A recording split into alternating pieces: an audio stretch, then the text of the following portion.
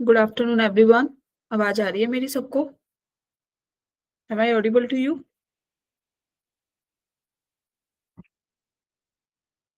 Yes, do the thumbs up if I am Audible.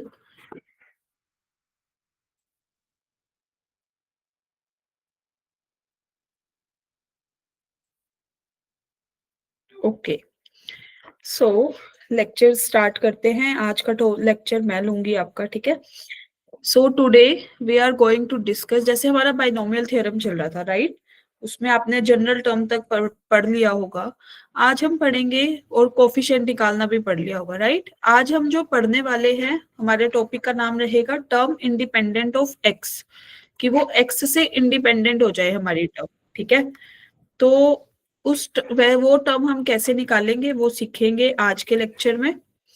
उसके अलावा जो जो टॉपिक्स हम करने वाले हैं आज, वो होंगे term independent of x, term from and, कि जैसे हमने बिगनिंग से निकालनी तो सीख ली थी, एंड से कैसे निकालते हैं, लास्ट से। फिर प्रोडक्ट ऑफ एक्सपेंशन और रिलेटेड पीवाई क्यूज करेंगे, मतलब इससे रिलेटेड जो भी प्रीवियस ईयर क्वेश्चंस आपके एग्जाम में आए हैं, इससे तो जरूर आते हैं, इस वाले टॉपिक से तो इसको नहीं छोड़ना, ठीक है? वेटेज आपको ऑलरेडी मैम ने भी बताया होगा, मैं भी बता देती हूँ कि भाई इतने नंबर ऑफ क्वेश्चन देखो लास्ट हमारे 5-6 साल में आए हैं, है ना? 24, अभी अभी इस साल तो 24 क्वेश्चन थे बाइनोमियल थ्योरम के। ऐसे ही लास्ट ईयर 23 थे, उससे लास्ट ईयर 46। तो इस टाइप के क्वेश्चन को आपने नहीं छोड़ना है। Clear to everyone? Is it clear? ठीक है भाई, पढ़ना है फिर अच्छे से इस टॉपिक को। ओके, चलो स्टार्ट करते हैं विद दिस क्वेश्चन। अब यहाँ पे देखो क्वेश्चन में क्या दिया हुआ है हमें, कि हमें कोफिशिएंट ऑफ एक्स की पावर 7, इस एक्सपेंशन में जो कोफिशिएंट ऑफ एक्स की पावर 7 होगा, और इस एक्सपेंशन में जो कोफिशिएंट ऑफ एक्स की पावर -5 होगा, वो इक्वल है। तो फिर ए की पावर 4 मल्टीप्लाई बी की पावर 4 निकालना है। ये JEE 23 का क्वेश्चन है। क्लियर? तो इस टाइप के क्वेश्चन को हमने कैसे सोल्व करना है, हमें दो एक्सपेंशन दे रखे हैं। एक तो दिया हुआ है ax-1/bx² raise to the power 13। अब इसकी अगर मैं जनरल टर्म लिखूं, general term of this will be equal to TR+1, which is equal to 13CR। यहां से ax की power 13 - r -1/bx² raise to the power r, यही होगा। क्लियर? थोड़ा सा और सिंप्लीफाइड फॉर्म में लिख लेते हैं, जहां पे हम x को अलग कर देते हैं, ठीक है? यहाँ पे a की पावर 13 - r -1/b की पावर r, x की पावर क्या चल रही है, 13 - r -2r। यहां से क्योंकि ये नीचे 1/x² था ना हमारे पास, तो ये क्या बना, 13CR a raise to the power 13 - r -1/b raise to the power r, x की power 13 - 3r। Clear to everyone? ये है इसकी जनरल टर्म। अब हमारे को जो चाहिए था, वो हमें क्या चाहिए था, कोफिशिएंट ऑफ x की पावर 7। मतलब ये जो x की ये चल रही है पावर 13 - 3r, ये किसके बराबर होना चाहिए, 7 के बराबर, राइट? तो जब अगर हमें कोफिशिएंट निकालना है, तो हम ये जो x की पावर है 13 - 3r, इसको क्या कर देंगे, 7 के इक्वल लिख देंगे। क्लियर? तो यहाँ पे मैं लिख दूं कि कोफिशिएंट ऑफ x की power 7 in ax -1/bx² raise to the power 13 for coefficient of this 13 - 3r should be equal to 7। Clear? तो मतलब 3r should be equal to 6, तो r should be equal to 2। तो यहां से हमारे पास जो कोफिशिएंट आएगा x की पावर 7 का इन दिस एक्सपेंशन, वो क्या बन जाएगा भाई, 13C2 a की पावर 13 - 2 -1/b की power 2। So ultimate it will be equal to 13C2 a raised to the power 11 divided by b square। Clear? अभी इसको सोल्व नहीं करेंगे 13C2 को, इसको मान लेते हैं स्टार, ठीक है? अब हम चलते हैं दूसरे वाले एक्सपेंशन में। इसमें क्या बोला गया, दूसरा एक्सपेंशन क्या है हमारे पास, उसकी जनरल टर्म लिखते हैं, general term of ax² A X है, एक सेकेंड ना, A x plus 1/bx² raise to the power फिर से 13। अब इसकी पहले जल्दी से जनरल टर्म लिखते हैं, तो ये किसके बराबर आएगी भाई, फिर से TR+1 which is equal to 13CR, ठीक है। A X raise to the power 13 minus R 1/bx² raise to the power r, so it will be 13CR like this, जैसे पहले किया था, अपॉन b की पावर r, x की power 13 minus फिर से 3r। क्लियर।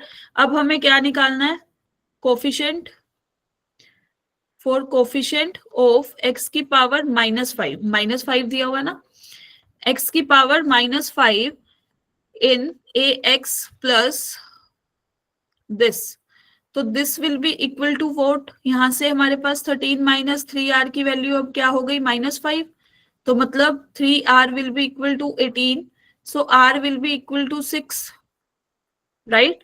सो यहां से हमारे पास जो कोफिशिएंट रहेगा ऑफ x की power -5 in the expansion a x plus 1/bx² raise to the power 13 will be equal to 13C6 a raised to the power 13 minus 6 upon b raised to the power 6. So ultimate this will be equal to 13C6 a raised to the power 7 b raised to the power 6. Now ये star और double star हमें क्या दिए हुए हैं, equal, right, क्योंकि coefficient of x की power 7 in first expansion and the coefficient of x की power -5 in this expansion will be equal, so it will be 13C2 a raised to the power 11 upon b² will be equal to 13C6 a raised to the power 7 upon कितना आएगा यहाँ पे, b raised to the power 6। Clear. Now you can see कि भाई यहां से जब हम a raise to the power 11 b raise to the power 6 a raise to the power 7 b² is equal to 13C6 upon 13C2, तो यहां से ये a की पावर 4 b की पावर 4, ये इसको सोल्व करना पड़ेगा हमें, ये किसके बराबर आएगा, 13 factorial upon 6 factorial into 7 factorial upon फिर से 13 factorial divided by 2 factorial multiply by 11 factorial, and on solving this what will we get from here, यहां से हमारे पास क्या बनेगा, 13 से तो 13 will be cancel out. Clear. अब जो टर्म हमारी बच गई है वो लिख लेते हैं आप, this is 2 into 11 factorial upon में 6 इंटू 7 फैक्टोरियल। क्लियर। तो अब हमारे पास जो आंसर आएगा दैट विल बी, इसको सोल्व कर लेना भाई, 11 इंटू 10 इंटू 8 इंटू, ठीक है, 10 इंटू 9 इंटू 8 लाइक दिस, तो जब आप इसको सोल्व करोगे you will get the answer 22। Clear. तो हमारे पास a raise to the power 4 b raise to the power 4 की वैल्यू आएगी जी 22। a option will be the right answer for this question. Is that clear to everyone. Step by step चले हैं, दोनों की जनरल टर्म्स लिखी हैं सबसे पहले, फिर हमें कोफिशिएंट चाहिए था कि x की पावर 7 का कोफिशिएंट आ जाए, तो हमने x की पावर्स को एक बार 7 के इक्वल इक्वेट किया और दूसरी वाली टर्म में -5 के इक्वल इक्वेट किया, और दोनों टर्म्स बराबर थी तो इक्वल करके we will get a raise to the power 4 into b raise to the power 4 की वैल्यू। क्लियर है सबको? If yes do the thumbs up, note कर लो भाई सारे।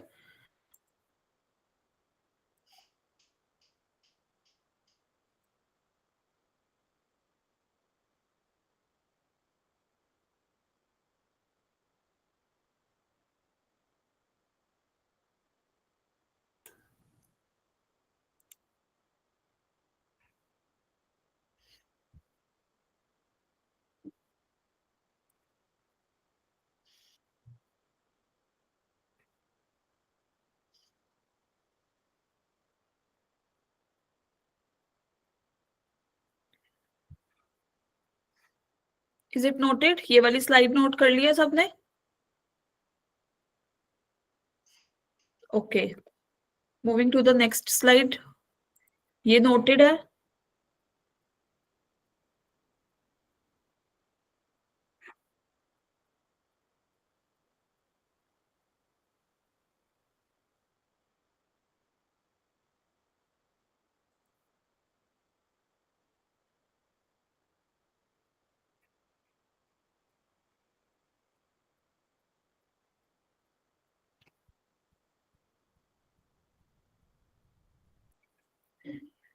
चलो, तो अब देखो, अब हम बात कर रहे थे टर्म इंडिपेंडेंट ऑफ एक्स की, राइट। तो इंडिपेंडेंट ऑफ एक्स का क्या मतलब है कि एक्स की पावर हमारी क्या होनी चाहिए, 0। क्लियर, मतलब 1, kind of 1 into something constant, constant into x की पावर 0 चलनी चाहिए, वो टर्म हमारी एक्स पे डिपेंड नहीं होनी चाहिए। क्लियर। तो इसको सोल्व करने के लिए अब हमें क्या करना पड़ेगा, जैसे फॉर एग्जाम्पल हमने ना कोई एक्सपेंशन ले लिया, ठीक है, हमने ले लिया जैसे 1 प्लस एक्स की पावर एन। क्लियर। अब इसकी ना जनरल टर्म लिखी, किसके बराबर आई, एन सी आर एक्स की पावर आर। क्लियर। अब अगर हमें निकालना है कि टर्म हमारी इंडिपेंडेंट हो, किससे हो, इंडिपेंडेंट ऑफ एक्स, तो हमें आर को क्या लेना पड़ेगा, फिर 0, है ना।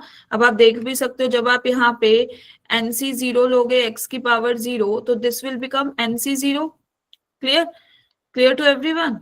तो फिर ऐसे ही अब एक्स की जो भी पावर्स होंगी, अब हमें वो 0 के इक्वल इक्वेट करनी है, ठीक है। मतलब हमें बेसिकली देखा जाए तो क्या निकालना होगा, कोफिशिएंट ऑफ एक्स की power 0 in the expansion, in any of the expansion जो भी आपको दे रखा हो। अगर वो आपसे क्या पूछ रहा है एग्जामिनर कि भाई टर्म इंडिपेंडेंट ऑफ एक्स बता दो, फॉर एग्जाम्पल जैसे ये क्वेश्चन देखो कि हमें क्या दे रखा है, एक एक्सपेंशन दे रखा है और हमसे पूछा गया है कि टर्म इंडिपेंडेंट ऑफ एक्स क्या होगी, ठीक है। तो एक बार सबसे पहले तो हमें जो भी एक्सपेंशन दिया हुआ है, root x by 3 plus 3 upon 2x² raise to the power 10, तो सबसे पहले हमें क्या लिखनी है, इसकी जनरल टर्म। जनरल टर्म मतलब t are plus 1, so this will be equal to 10 CR under root x by 3 raise to the power 10 - R into 3/2x² raise to the power r। अब आप देखो कि सबसे पहले तो हमें x की जो पावर्स है ना उसको सेपरेट कर लेते हैं। यहाँ पे बना 1/√3 raise to the power 10/r multiply 3/2 raise to the power r। अब x की वैल्यूज लिख रही हूँ, यहाँ पे 10 - R दे रखी थी, अंडर रूट चल रहा है तो मतलब डिवाइडेड बाय 2। क्लियर। अब इधर देखो 1/x² है, ऊपर आके क्या बनेगा, -2r। Clear. Now for term independent of x we have to equate किसको, 10 माइनस ये x की जो पावर चल रही है, this should be equal to 0, so that means 10 - R by 2 should be equal to 2R, so it will be 10 - R is equal to 4R, and यहां से हमें क्या मिलेगा, 10 will be equal to 5R and R will be equal to 2 ultimate.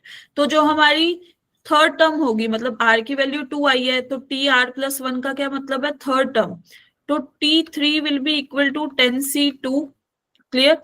यहां से 1/√3 10 - 2 that means 8, फिर यहां से हमारे पास क्या आएगा, 3/2 raise to the power 2।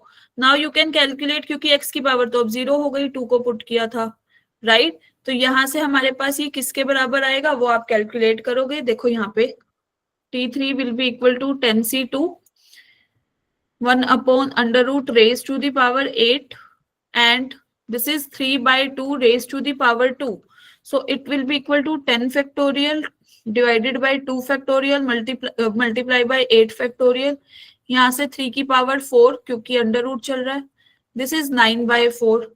now you can see on further solving it, 10 into 9 divided by this 3 raised to the power 4, 9 raised to the 3 raised to the power 4 कितना होता है, यहाँ से लिख ही देते हैं सीधा सीधा, 81, right। now you can see this is 9 6 ये cancel out, this is 5, ultimate answer क्या बचा, 5/4, so this is the required term independent of x and it is given in the option B, so B option is the correct one। ठीक है, तो एक बार note करो, clear है सबको। वही सेम प्रोसीजर ही चलेगा, हमें पहले जनरल टर्म ही लिखनी पड़ेगी।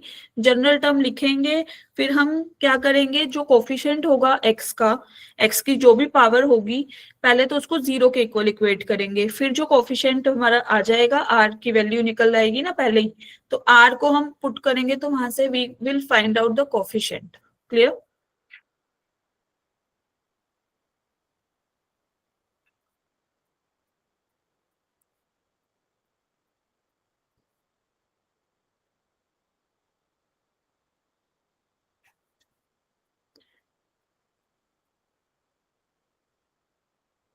Is it noted everyone? First slide,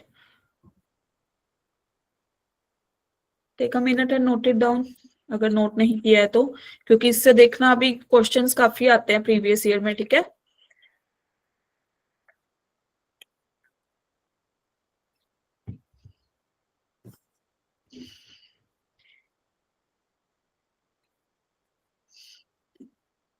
done?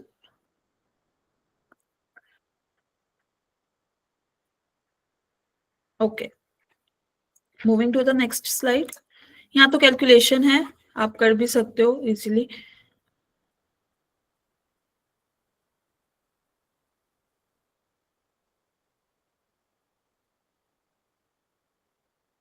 Is it done everyone?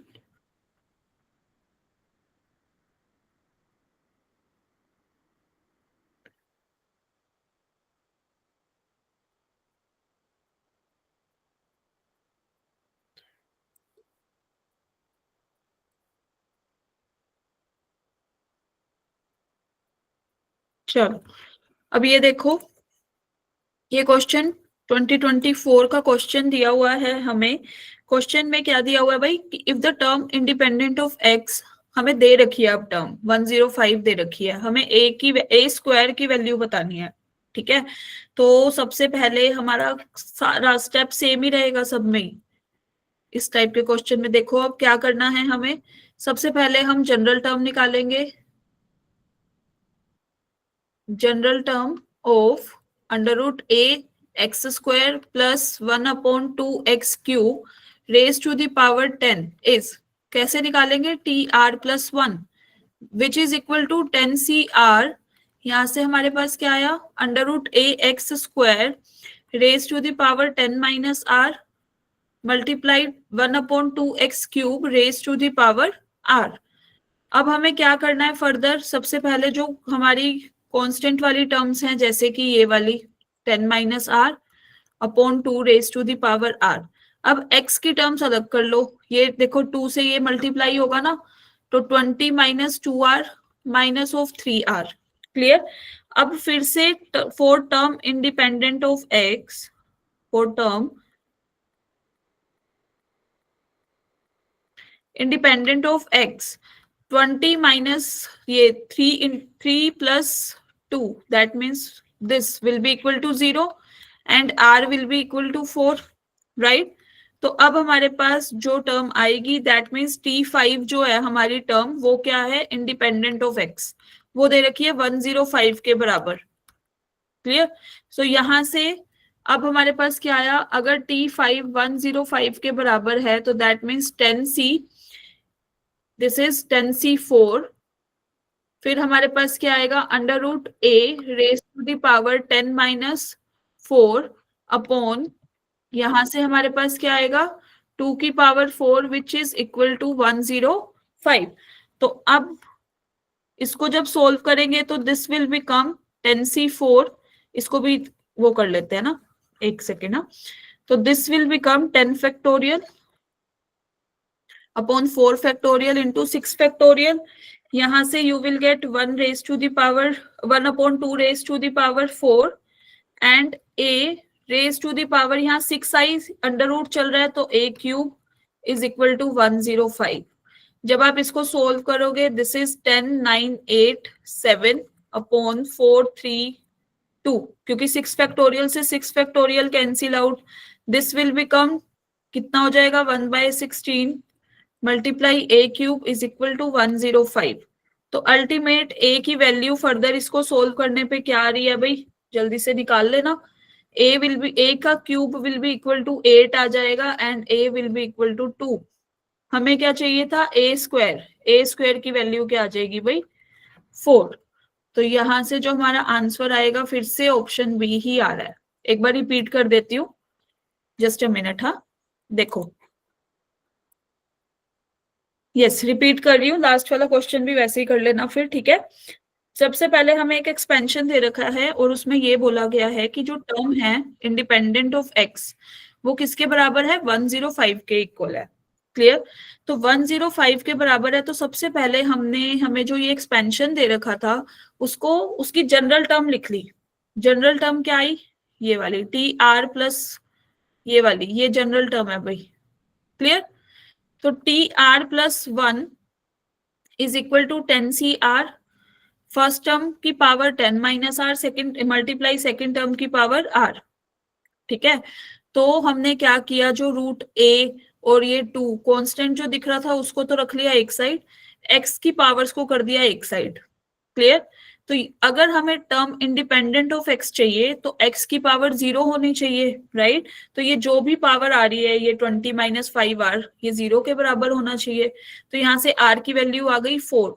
Are की वैल्यू 4 आई तो मतलब टी आर प्लस 1 लेके चलते हैं ना हम तो आर की वैल्यू 4 आई तो आर प्लस 1 5 हो जाएगा। तो मतलब ये T5 की वैल्यू क्या आ गई, 105, ये दे रखी है क्वेश्चन में। क्लियर। अब हमने क्या किया, अगर T5 105 है तो फिर हमने इसको सोल्व कर दिया। 10C4 जहां जहां पे R था वहां वहां पे 4 पुट कर दिया। जब आप इसको सोल्व करोगे a cube will be equal to 8 and a की value will be equal to 2। So a square निकालना था, वो 4 के बराबर आ गया। क्लियर। नोट कर लो भाई। Is it clear to everyone? Yes, जो बोल रहे थे रिपीट कर दो। क्लियर है?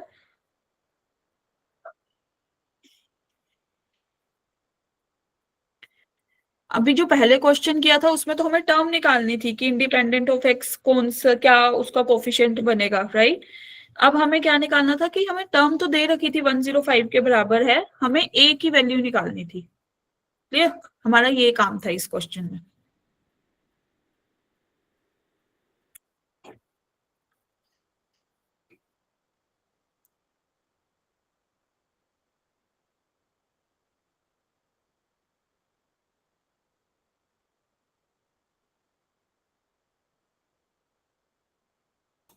Is it noted everyone? ये वाली स्लाइड नोट कर ली सबने? If yes do the thumbs up.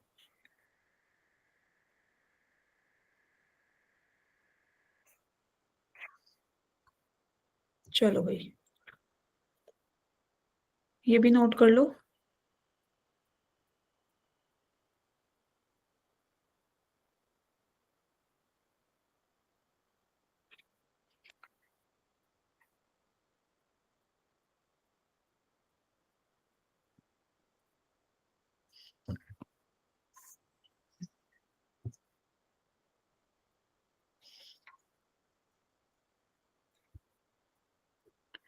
Is it done?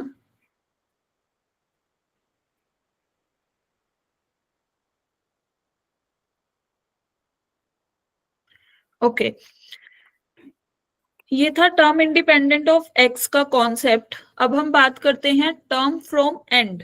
जैसे हम टर्म फ्रॉम बिगनिंग निकालते थे, राइट। जैसे अगर हमें ये दिया हुआ है x plus y raise to the power n, तो हम कैसे सोल्व करते थे, एन सी 0।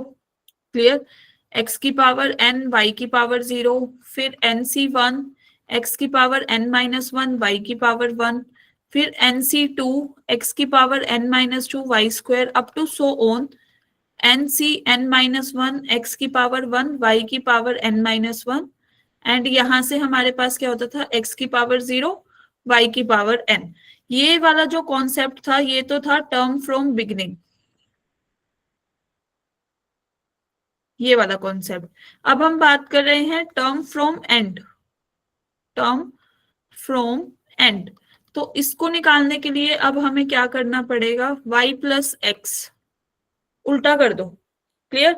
जो पहले हम x प्लस वाई लेके चल रहे थे उसको हमने रिवर्ट कर दिया क्योंकि अब एंड वाली बात हो रही है।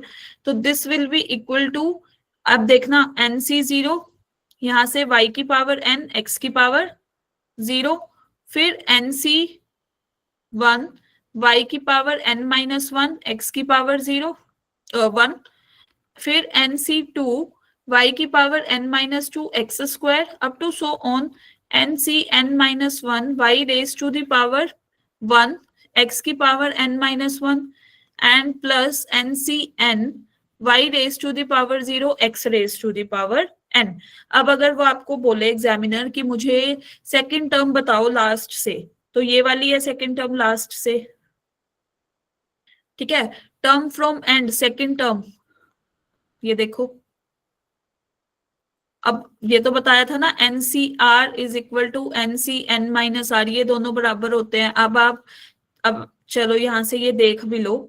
अगर आप एन सी एन माइनस वन निकालते हो, ये क्या आएगा, n factorial n minus one factorial n this, इसका factorial, right. So it will become n factorial upon में this multiply by one factorial. Clear. ऐसे ही आप एनसी वन निकालोगे तो it will be n factorial one factorial n minus one factorial, equal आ रही है ना। क्लियर। तो ये वाला जो कोफिशिएंट है, ये वाला, ये इसी के ही बराबर है। क्लियर। ऐसे ही अगर आपको last third term fourth term fifth term निकालनी हो तो आप ऐसे ही कर सकते हो, कंफ्यूज नहीं होना। हमें बस उसको उल्टा कर देना, x प्लस वाई दे रखा है तो y प्लस एक्स शिफ्ट हो जाएगा। Raise to the power n चल रही है, अब सारा एक्सपेंशन हमारा सेम है। क्लियर टू एवरीवन, ये नोट कर लो भाई, फिर क्वेश्चन करते हैं इस पे।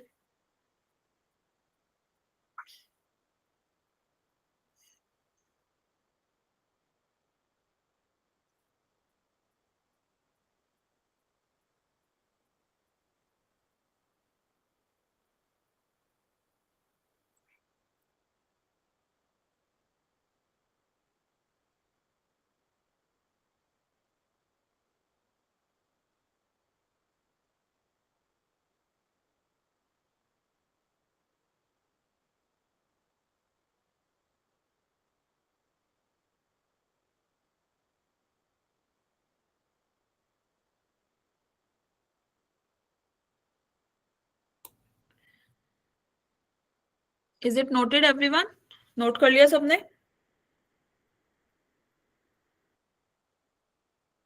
ओके चलो, अब ये वाला क्वेश्चन देखो। हमें एक एक्सपेंशन दे रखा है और हमसे ये पूछा गया है कि सिक्स्थ टर्म बताओ फ्रॉम द एंड। ठीक है, तो हम कैसे निकालेंगे। अब हमें एक्सपेंशन क्या दिया हुआ था, 2a plus b by two raise to the power 11, और हमसे सिक्स्थ टर्म पूछी हुई है एंड से। तो हम सबसे पहले तो इसको क्या कर देंगे, उल्टा। उल्टा कैसे करेंगे, फोर्थ टर्म फ्रॉम एंड, हम क्या कर देंगे, b बाई टू को पहले लिखेंगे, 2a को बाद में। क्लियर। अब हमें क्या निकालनी थी, सिक्स्थ टर्म, राइट। यहां से हमारे पास सिक्स्थ टर्म क्या आ जाएगी, from end will be equal to T6। यहां से क्या आ जाएगा भाई, सिक्स्थ टर्म निकालनी है तो हमारे पास T6 and this will B 11c। जब यहाँ पे r प्लस वन होता है, इधर r होता है ना, तो 11c5 b by two raised to the power 11 minus 5 2a raised to the power 5. So it will become 11c5 b raised to the power 6 upon 2 raised to the power 6, 2 raised to the power 5 into a raised to the power 5. So ultimate after solving it, what will we get, 11c5। यहां से हमारे पास क्या आएगा, 1/2 multiply, this is a की power 5 b की power 6, this will be the sixth term from end and it is given in the option 2, so b option is the correct one। is that clear to everyone, clear है सबको।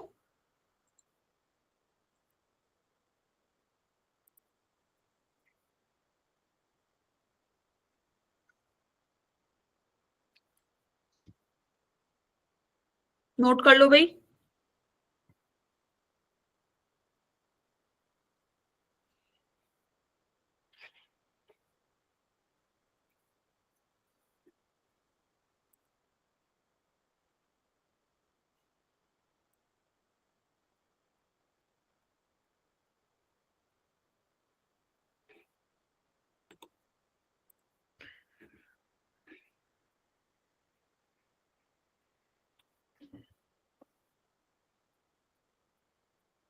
Is it noted?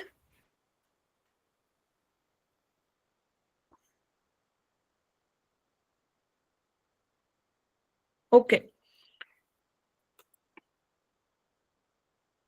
Now coming on this question, ये 2023 का है question, और इस question में क्या कहा गया है भाई,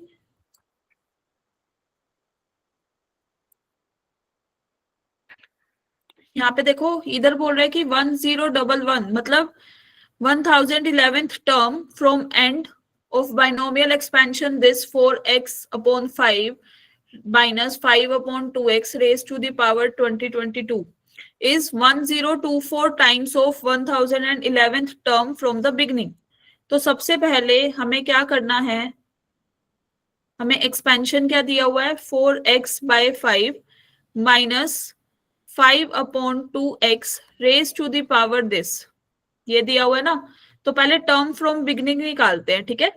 तो यहां से हमारे पास क्या आएगा, टर्म, ये ऐसे लिख देते हैं इसको, 1011th term from beginning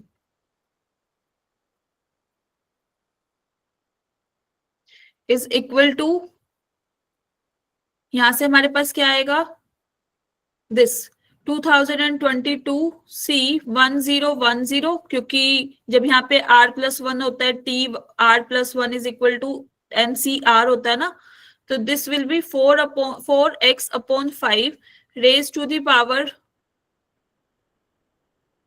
clear, minus 5/2x raise to the power 1010.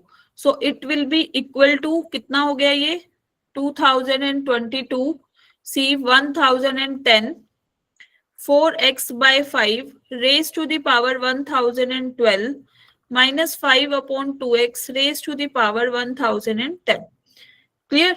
अब हमें बात करनी है कि 1011th term from and, from and में क्या हो जाएगा, ये वाला इधर शिफ्ट और ये वाला इधर शिफ्ट, राइट। सो यहां से हम इसको टी डैश बोल देते हैं, क्लियर। तो टी डैश की वैल्यू यहां से क्या आ जाएगी, बस हमें अब रेसिप्रोकल ही तो करना है ना, ये वाला इधर शिफ्ट ये और ये वाला इधर शिफ्ट, तो this will become -5/2x raise to the power this 4x/5 raise to the power this, clear.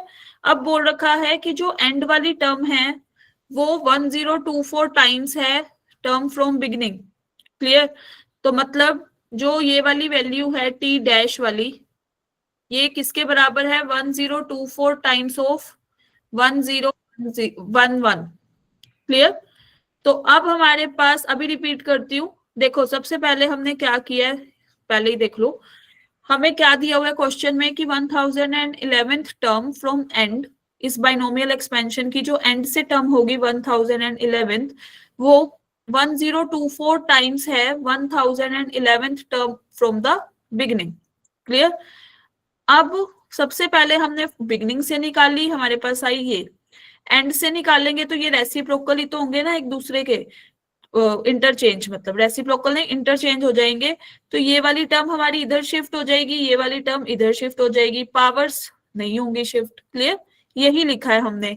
और अब हमें क्या दिया हुआ है कि जो एंड वाली टर्म थी जिसको हमने टी डैश से डिनोट किया था, टी डैश से, वो 1024 टाइम्स है बिगिनिंग वाली टर्म, क्लियर। तो अब उठा के बस अब वैल्यू सब्स्टिट्यूट कर दो, you will gate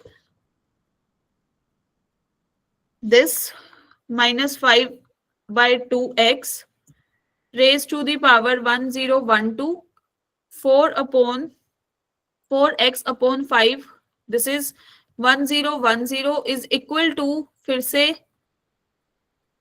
1010, this is 4x/5 raised to the power this and -5/2x raised to the power this. Now on solving this you will get, इससे तो ये कैंसिल आउट, क्लियर। यहाँ पे 1012 पावर है, यहाँ पे 1010 पावर है, यहाँ पे 2 की पावर ये कितनी हो गई 1024, 2 की पावर 10 मल्टीप्लाई में चल रहा है ये, ठीक है, इसको नहीं भूलना। अब इधर आया हमारे पास स्क्वायर ही बच गया, यहाँ पे 1010 है पावर, इधर पावर क्या चल रही है 1012, तो दिस विल बी 2 की power 10 into 4x/5 raise to the power 1, ये स्क्वायर, स्क्वायर ही बचेगा ना बस अब, दिस। तो हमारे पास ये क्या बना, 25/4x², 2 raised to the power 10, 16x² by 25. Now you can see from here you will get, this is 25 multiplied 25, 4 multiplied by 6 is equal, divided by 2 raised to the power 10 is equal to x raised to the power 4. तो आपके पास x raise to the power 4 की value क्या आ गई, 5 की पावर 4, क्योंकि 25 है, 25 5 स्क्वायर इंटू 5 स्क्वायर, क्लियर। और 2 की पावर नीचे क्या चल रही है, 10 प्लस 4 14 प्लस 2 16। तो यहां से मोड ऑफ x की वैल्यू क्या हो गई, 1/4 पावर दोनों साइड, तो this will be equal to this, and mod of x की power, mod of x will be equal to 5 raise to the power 16, and it is given in the option 5/16 given in the option A. So A option will be the correct one. देख रहे हो कितनी easy calculation हो गई है, एक बार note करो।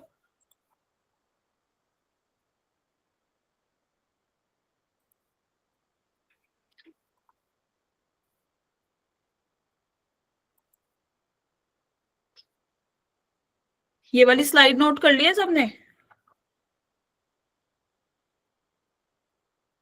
नहीं करी अभी, कोई नहीं, करो।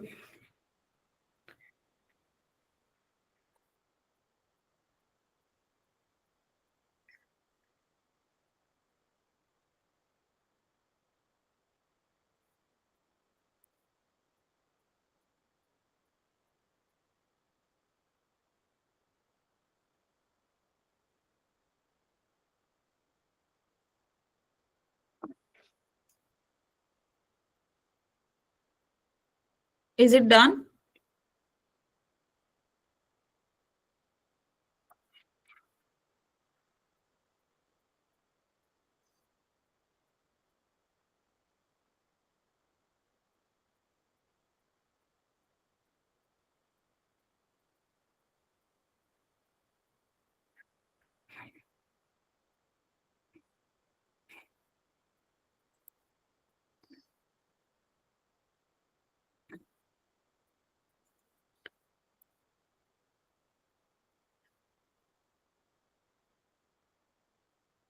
Is it noted everyone?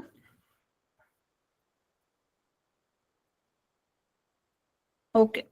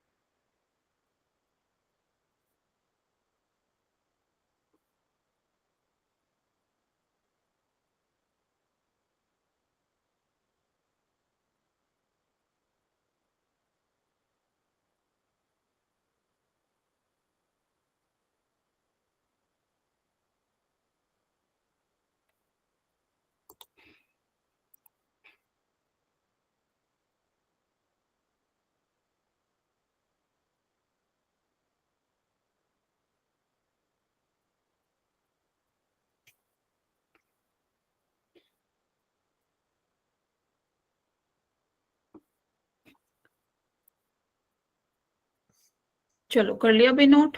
Okay, अब ये वाला क्वेश्चन देखो। अब हमें ये अभी 2025 रिसेंट अप्रैल शिफ्ट में आया था भाई, हमें वही सेम ही दे रखा है जैसे पहले दिया हुआ था ना, वैसा ही। कि क्या दिया हुआ है, ये एक्सपेंशन दे रखा है, और इसमें बोला हुआ है 15th term from the beginning and 15th term from the end, दोनों का रेशियो 1/6 के बराबर है। Now you have to find the value of NC3। तो सबसे पहले आपको n की वैल्यू निकालनी है, फिर आपको किसकी वैल्यू निकालनी है, NC3। हाँ जी, लास्ट स्लाइड नहीं नोट करी क्या? ओके, जस्ट अ मिनट, ये लो, करो भाई, नोट कर लो।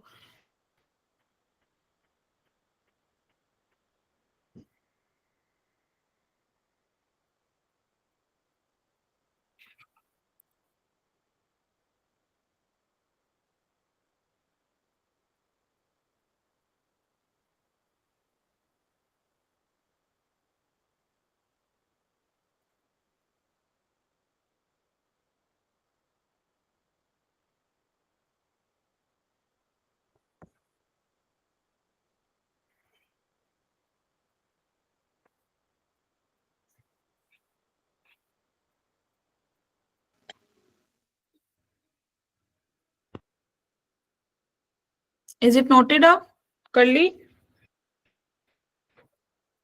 कर लिया नोट सबने?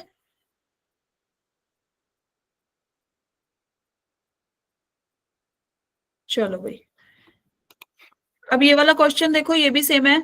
इसमें बोल रखा है सबसे पहले तो ना एक्सपेंशन देखो क्या दिया हुआ है। अब हमें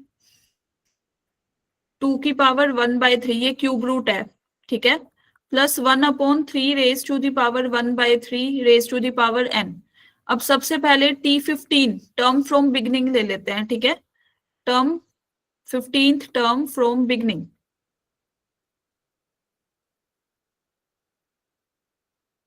is equal to T15 and it will be equal to कितना, NC14, फिर 2 raise to the power 1/3 n-14 and 1/3 raise to the power 1/3 raise to the power 14। Clear? अब हम बात करते हैं 15th टर्म फ्रॉम एंड, जैसे पहले किया हुआ है सेम स्टेप्स पे। फ्रॉम एंड इसको T15 डैश से डिनोट कर देते हैं, ठीक है। So it will be equal to कितना, NC14। अब एंड की बात हो रही है तो फिर ये दोनों टर्म्स इंटरचेंज हो जाएंगी। क्लियर? अब यहाँ पे हमारे पास क्या बनेगा, 1/3 raise to the power 1/3 n-14, ये इधर शिफ्ट हो जाता है, ये वाला इधर, राइट। और यहाँ पे 2 रेज टू दी पावर 1/3, यहाँ से 14th पावर। यहाँ तक क्लियर सबको? पहले ये बताओ यहाँ तक क्लियर है? If yes do the thumbs up. अब हमें क्वेश्चन में क्या दिया हुआ है, अकॉर्डिंग टू क्वेश्चन दोनों का रेशियो T15/T-15, दोनों का रेशियो 1/6 के बराबर है। क्लियर? तो यही लिख दिया। अब जो जो वैल्यूज थी वो सब्सटीट्यूट कर दी। NC14 2 raise to the power 1/3 n-14, 1/3 raise to the power 1/3 upon raise to the power 14। यहां से भी सेम, बस टर्म्स हमारी अब इंटरचेंज हो गई। This and this will become, this will be equal to 1/6। Now you can see, ये यहां से तो ये कैंसिल आउट हो जाएगा। क्लियर? अब इधर देखो 2 raise to the power n-14 चल रहा है, 2 raise to the power 1/3 whole raise to the power n-14, right. और इधर क्या चल रहा है, 14, तो ये ऊपर आके क्या बन जाएगी, पावर n-14 -14। क्लियर? सेम इसमें हमारे पास क्या आएगा, this will be equal to, अगर मैं इसको ऐसे लिख दूं, यहां से हमारे पास इसकी पावर कितनी हो गई भाई, इसको जब ऊपर शिफ्ट करेंगे इधर, so this will be equal to 1/3 raise to the power, इधर हमारे पास क्या चल रहा था, माइनस का 14 plus n-14 is equal to 1/6। So ultimate we will get 2 की पावर 1/3 n-28, 3 की power 1/3 n-28 is equal to 1/6। तो ये तो हमारे पास 2 × 3 n-28/3, क्योंकि हमारे पास क्या होता है जब पावर्स सेम हो तो बेस मल्टीप्लाई हो जाते हैं ना, ये करते थे ना एक्सपोनेंट्स में, a की पावर m b की पावर m, तो a इंटू b की पावर m ऐसे ही लिखते थे छोटी क्लासेस में। तो अब देखो ये इसकी वैल्यू कितनी हो गई, n, ये this will be 6 raise to the power n-28/3, और यहाँ पे चल रहा है 1/6। क्लियर? तो जब आप इक्वेट करोगे तो n-28/3 की वैल्यू -1 हो जाएगी, क्योंकि 1/6 है, 6 की पावर -1। तो यहां से हमें क्या मिला, n-28 is equal to -3, so n will be equal to 25। Clear? अब हमें निकालना क्या था, हमें निकालना था NC3, तो मतलब हमें अब क्या निकालना है, 25C3। So this will be equal to 25 factorial upon 3 factorial 22 factorial. So you will get 25 into 24 into 23 upon 3 into 2. तो ये किसके बराबर आ जाएगा भाई, this will be equal to 4. So 100 multiplied by 23, this will be equal to 2300, and it is given in the option B. भाई आज तो B option बड़े सही हो रहे हैं हमारे। So B will be the right answer. Is that clear to everyone? Clear है सबको? जो टर्म्स कट रही थी वो काट दी हैं, ठीक है। नोट कर लो इसको। लास्ट स्लाइड नोट कर लिया सबने? बताओ भाई। ये वाली स्लाइड सबकी नोट कर ली सबने? कोई नहीं, कर लो। Take a minute and note it down.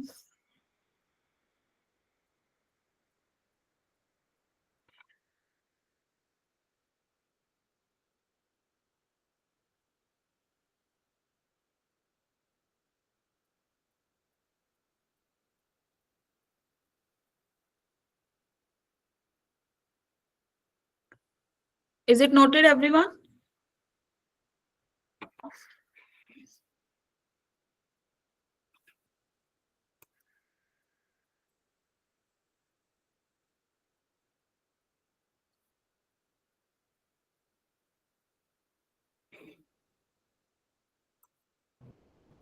Ma'am repeat कर दो। रिपीट कर देते हैं भाई। लास्ट में करवाया तो था, लास्ट क्वेश्चन रिपीट सेम ही तो था ये। चलो देखो, हमें ये एक्सपेंशन दे रखा है ना। हमें क्या बोला हुआ है कि 15th टर्म लोगे आप स्टार्टिंग से, मतलब बिगनिंग से, शुरू से अगर आप 15th टर्म लोगे और एक एंड से लोगे तो दोनों का रेशियो 1/6 के बराबर है। क्लियर? तो हमने पहले तो 15th टर्म बिगनिंग से ले ली। 50 T15 निकाल रहे हैं, अगर हम TR+1 निकालते हैं तो NCR हो जाता है, राइट। एक्स की पावर n-r, वाई की power r, x+y raise to the power n में। तो यहाँ पे भी तो हमने सेम ही किया। ये हमारा फर्स्ट टर्म, इसकी पावर n-14, NC14 तो ये चल ही रहा है। ये second term raise to the power 14। जब एंड से निकालते हैं तो हम क्या करते हैं, y और x को इंटरचेंज। यहाँ पे भी हमने क्या किया, इसको और इसको इंटरचेंज। क्लियर? यहाँ पे ये वाली टर्म पहले आ जाएगी, ये वाली बाद में। पावर्स हमारी सेम ही चल रही है। दोनों का रेशियो दे रखा है हमें क्वेश्चन में 1/6 के बराबर। हमने दोनों वैल्यूज उठा के सब्सटीट्यूट कर दी। क्लियर? ये 1/6 के इक्वल है। इसको सोल्व किया तो हमारे पास यहाँ से देखो क्या आ गया, 2 raised to the power 1/3 की पावर n-28, और इसकी भी पावर n-28। बेस अलग है, पावर सेम है तो मल्टीप्लाई हो जाएंगे। 6 की पावर दिस, यहाँ से राइट हैंड साइड पे 6 की पावर -1 चल रही है। बेस सेम, पावर इक्वेट कर दो। तो यहाँ से n की वैल्यू आ गई 25। हमें निकालना था NC3, तो 25C3 की वैल्यू आ गई भाई ये 2300। Is that clear to everyone? Clear है आप सबको? ओके जी, ये स्लाइड नोट करो सारे। तो आज हमने पढ़ा है term from beginning, term independent of x. इससे काफी क्वेश्चंस आपके प्रीवियस ईयर में आते हैं, कुछ एक हमने करा भी दिए हैं। इसको बैठ के प्रैक्टिस करना है, ठीक है। प्रोडक्ट ऑफ एक्सपेंशन अभी स्टार्ट नहीं करा रही क्योंकि वो टाइम टेकिंग है, थोड़ा समझने में टाइम लगेगा, और अभी टाइम हो रहा है क्लास का, ठीक है। तो फिर आपको क्या करना है अभी के लिए, these are your 2 practice question. आपको ये 2 क्वेश्चन ट्राई करने हैं, ठीक है। नोट कर लो। If you have noted then you can leave the class.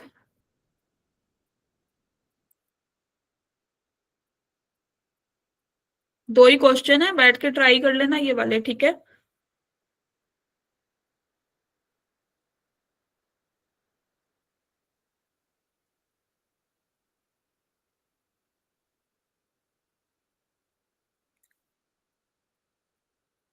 Last वाली स्लाइड नोट नहीं करी? जस्ट अ मिनट, एक सेकेंड। हाँ,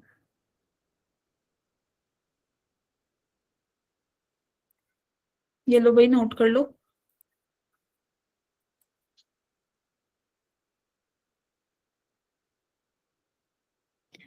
इसमें तो अब कैलकुलेशन है, थोड़ी बहुत कैलकुलेशन खुद से भी किया करो, ठीक है।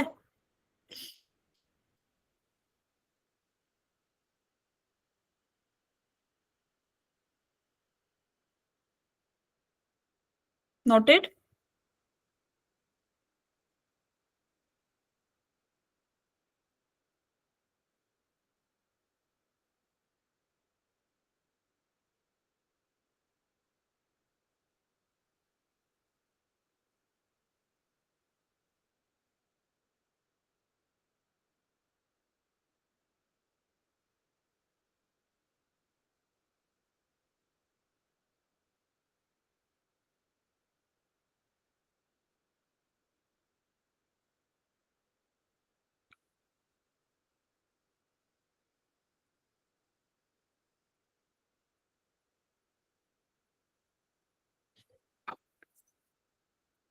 Is it done, everyone?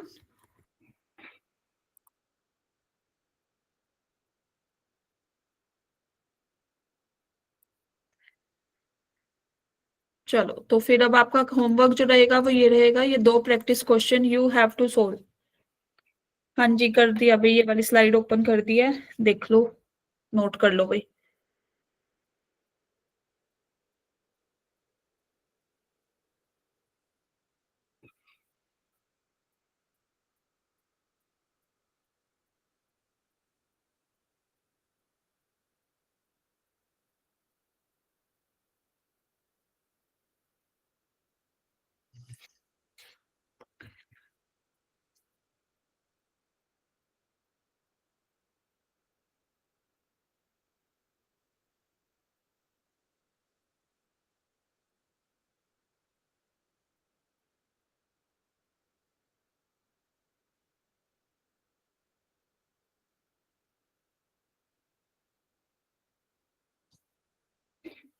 Is it done everyone?